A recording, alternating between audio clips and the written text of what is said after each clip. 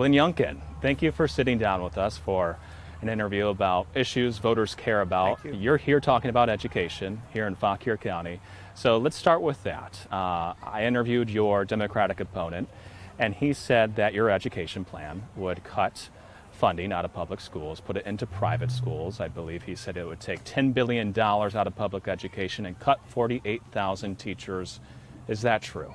Well, he's made all that up, but that's what Terry McAuliffe does, is if he doesn't like the real fact set, he turns around and makes one up, and it's just all patently false. What we're going to do is invest more in education than has ever been invested in education in Virginia. We'll have the largest budget in the history of Virginia. We're first going to make sure our schools are open 5 days a week to in-classroom education because our children deserve that. Second thing we're going to do is raise standards again. And what's happened over the last 8 years is Terry McAuliffe, when he was governor, 88 schools didn't pass their accreditation. And rather than do the hard work and fix them, they just lowered the standards so not one would fail. And today, Virginia sees our children held to standards that are ranked 50th in the nation in reading and math to progress. And the test scores are just terrible. I mean, this past spring, test scores come out where 55% of white children in Virginia can't pass an 8th grade math equivalency test, and 70% of Latino children, and over 80% of black children. I mean, the gap is absolutely unacceptable. The order of magnitude of these numbers is just stunning. So that's what we have to go to work on. So our schools are going to be open. We're going to make sure that we raise expectations again. We're going to fund the largest budget in the history of Virginia with raising teacher pay and investing into facilities. And oh, by the way, investing into special education. Virginia's children with disabilities have really been disproportionately impacted during this time period. But we're also going to fund into a new charter school initiative. And our charter school initiative is within the public school system. But Virginia has 8 charter schools. North Carolina has 190. Maryland has 140. We have 8. And we're going to absolutely press forward with an aggressive charter school program, less than 20 on day one. And then we're going to close that gap over time so that parents within the public school system have a choice of where they send their children within the public school system. It's not taking any money out of it. It's put more money in it. And finally, we're going to get to work on curriculum to make sure that our children are being taught how to think as opposed to what to think. This is a comprehensive approach to fundamentally lifting up our education system. My opponent wants to do the same thing he's always done, which is make up facts, and then he's going to run the same playbook that he tried to run when he was governor. It didn't work then. It's not going to work going forward. And this is why parents are so excited about what I'm talking about, where we're going to empower parents. And of course, Terry McAuliffe thinks that parents don't have a role in their children's education. And he stood up and he said that he wants to put government between parents and children. And then he didn't like that parents were standing up even more after that. And so now all of a sudden we have the FBI trying to silence parents. This is so wrong. Parents know that when I'm serving them as governor, I'm going to stand up for parents, for children, for teachers, and we're going to get education in Virginia put back where it belongs as an education that is held up as a standard across the country as opposed to one that's just fallen away. And your future, if you're elected as governor on education, would your future administration issue mandates to schools on what they should teach and how they should teach it? Yeah, I think these are decisions that need to be made at the local level. We will issue a mandate on what not to teach. And we're gonna mandate that we're not gonna teach using race as a way to divide students, where we're gonna bucket children into those that are privileged and those that aren't. We're just not gonna do that. We're gonna teach all history, the good and the bad. There have been abhorrent chapters in Virginia's history and our nation's history. We must teach it. But we're going to teach our children, in fact, how to think, not what to think on a go-forward basis. And that's going to be left, yes, up to the local school districts to absolutely press forward on, but we will make sure that there are clear expectations on some of the things we're not going to do anymore. You know, I asked Mr. McAuliffe about critical race theory. Actually, he brought it up. He said when you talk about CRT, you are using, in his words, a racist dog whistle, that you're dividing parents and that you're using children as political pawns. Yes. Is that what you're doing? Yeah, I find this to be laughable, where I'm somebody who's lecturing me on race issues, where he in fact called for Governor Northam's resignation when he wore blackface because he was so offended by it. And then he turns around and embraces Governor Northam, and he's got somebody else on the ticket with him who admits to having worn blackface, and he's going to lecture me on something around race. This is about making sure that race is not used to divide people, in my view. critical race theory, in fact, forces the division of people based on race. And it's the exact opposite of what we should be doing. I mean, you can't press forward here without remembering Dr. Martin Luther King's immortal words, where he implored us to judge one another based on the content of our character and not the color of our skin. I'm about bringing people together. And Terry McAuliffe is using the age-old Democrat playbook where they're falling behind. They can see this election slipping away from them. And what do? They go to their standard playbook that he wrote. I mean, he's the godfather of the modern Democratic Party. I mean, if Bill and Hillary Clinton had a son, it would be Terry McAuliffe, and I guess his uncle would be Joe Biden. And this is all they do. They go back to what they've done for years, which is to all of a sudden try to make everything about race. And it's just not. This is about bringing people together. And I think we're doing an amazing job in bringing Virginians together, particularly in light of how divided we've been. We've had endorsements from all kinds of groups, small business groups, the NFIB, law enforcement community, the Hampton Roads Black Caucus. We are seeing Virginians come together around this campaign in a way that hasn't happened in a very, very long time. And that's our path forward, together. Not Terry McAuliffe's divisive, accusational politics, which Virginians are just rejecting. On October 4th, the U.S. Attorney General issued a memorandum to the FBI, to U.S. attorneys, directing them to get involved in disputes between parents, people, and school board members, school staff. School board members in Loudoun County, for example, say they've been receiving threats and harassment. I want to get your reaction to that. Do you agree with what President Joe Biden's U.S. Attorney General is doing and trying to accomplish? I absolutely do not agree with it. And I think it's a complete misuse of power and overreach. And oh, by the way, what parents are doing is standing up for their children. There's no room for violence anywhere. There's no room for threats. But there is room for parents to stand up and express their frustration and dissatisfaction with what school boards are doing. And we have to make sure that parents have a voice. I mean, but this is so consistent with Terry McAuliffe's basic view, which is parents don't have a role in their children's education. That's what he said. And he doubled down and tripled down and quadrupled down on it. And then all of a sudden, Joe Biden turns around and says that the FBI should silence parents who are standing up for their children. I mean, this is just fundamentally wrong. And so that's why parents, you saw it today in this great rally, are all coming together. This is not Republicans. This is parents of all political persuasions recognizing that it's a moment where the future is either going to be their direct right to be engaged in their children's education under Glenn Youngkin, or Terry McAuliffe trying to, in fact, put government between them and their children. It's that clear. And so I'm going to stand up for parents and for children and for teachers. Teachers have been reaching out like crazy. Please help us teach these children how to think and stop teaching them what to think. And this is a moment for us to, again, reestablish parents' primary role in their children's education.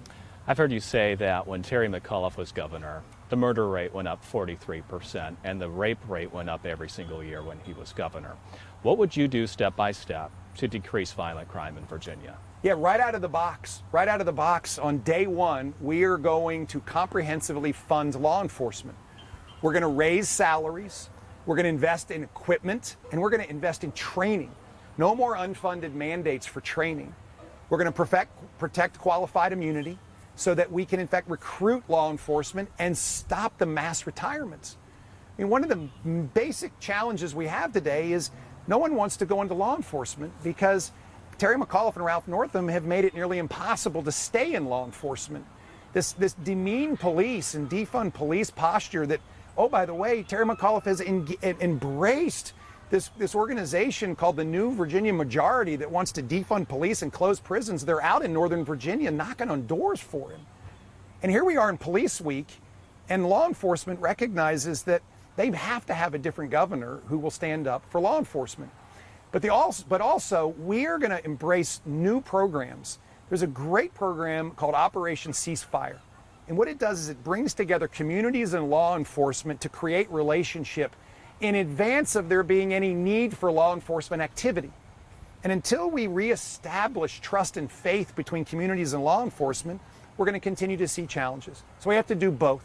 We have to invest in law enforcement, and we have to invest in community and law enforcement engagement. And we're going to bring a whole new approach to this. This is why 50 sheriffs have endorsed me. This is why 4 sheriffs have switched parties and joined the Republican Party.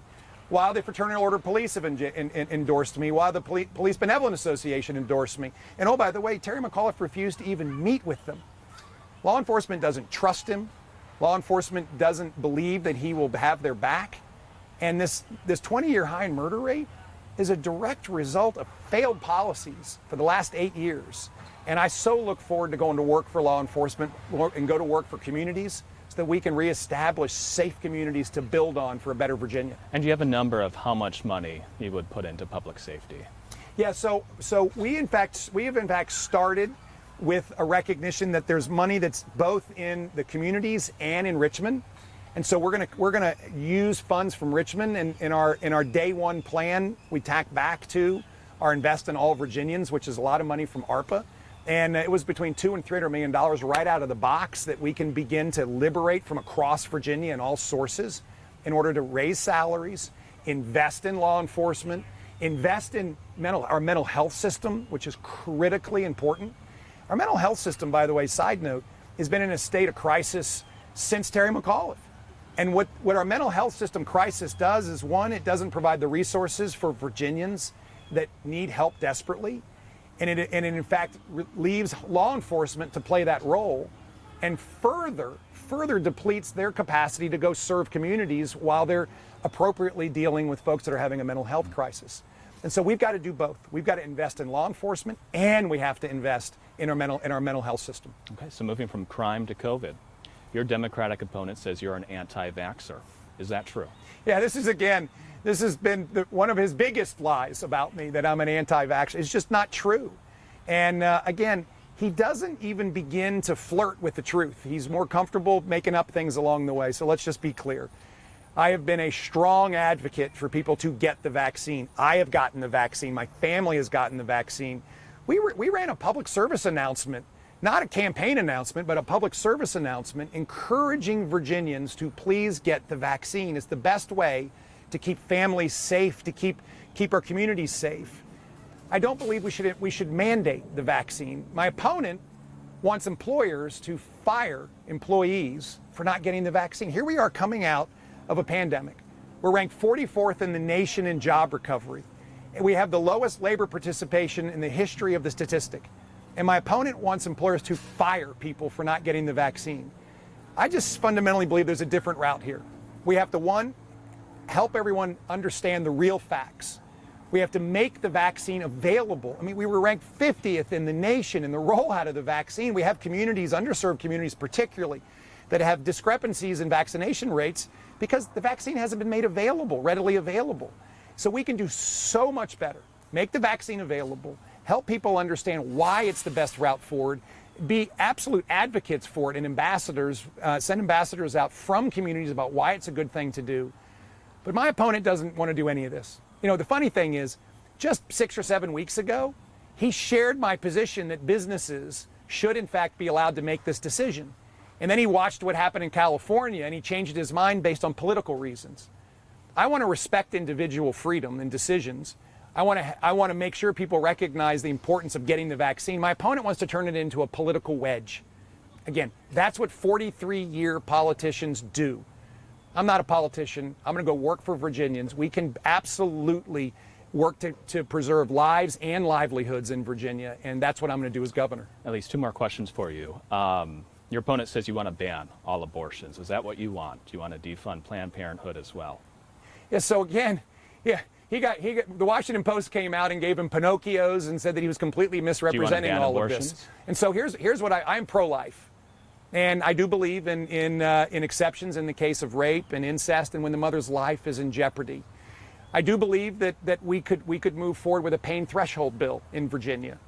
Terry McAuliffe has absolutely supported a bill. He said he would sign it that would use public funding to fund abortions all the way up through and including birth. And we all remember Ralph Northam's comments where a child would be kept comfortable while a decision is made while that child lives or dies.